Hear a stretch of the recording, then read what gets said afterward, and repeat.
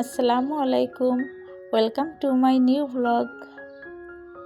সংসার, বাচ্চা, সব কিছু সামলিয়ে পুরো একাকার অবস্থা। কখন যে কোনটা করি কোনটা না করি খুব এলোমেলো লাগে মাঝে মাঝে।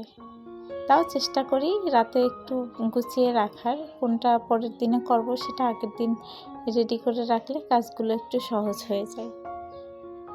আমি সকালবেলা উঠেই আলু ভাজি করে নিয়েছি, আলুটা বসিয়ে দিয়েছি আর রুটিগুলো ভাজতে নিয়েছি। আগের দিন রাতেই আমি ঠিক করে রেখেছিলাম সকালে উঠে কি করব, তাই আমার জন্য একটু সহজ হয়ে গেল। এই যে রুটিগুলো ভাজাও শেষের দিকে আর আলুটাও প্রায় সিদ্ধ হয়ে এসেছে। আলু ভাজিতে একটু ধনেপাতা দিলে আমার ভালো লাগে, ধনেপাতাটা আমার খুবই পছন্দ, আর হচ্ছে টমেটো, এই দুইটা জিনিস আমার খুব বেশি পছন্দ।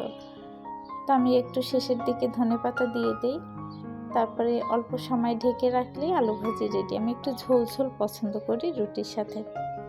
আজকে গরুর গোশ রান্না করব। গোশগুলো সবই ছিল হাড় ছাড়া।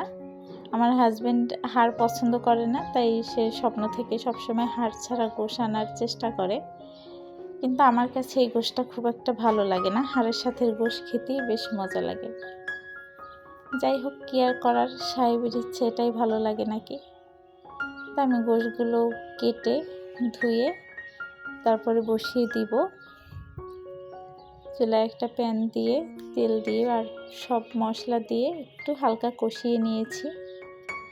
আর গোশটা যেহেতু হাড় ছাড়া খেতে কেমন কি লাগে, আমার কাছে তো খুব একটা ভালো লাগে না, তো আজকে ভাবলাম গোশে টমেটো দিয়ে দেখি।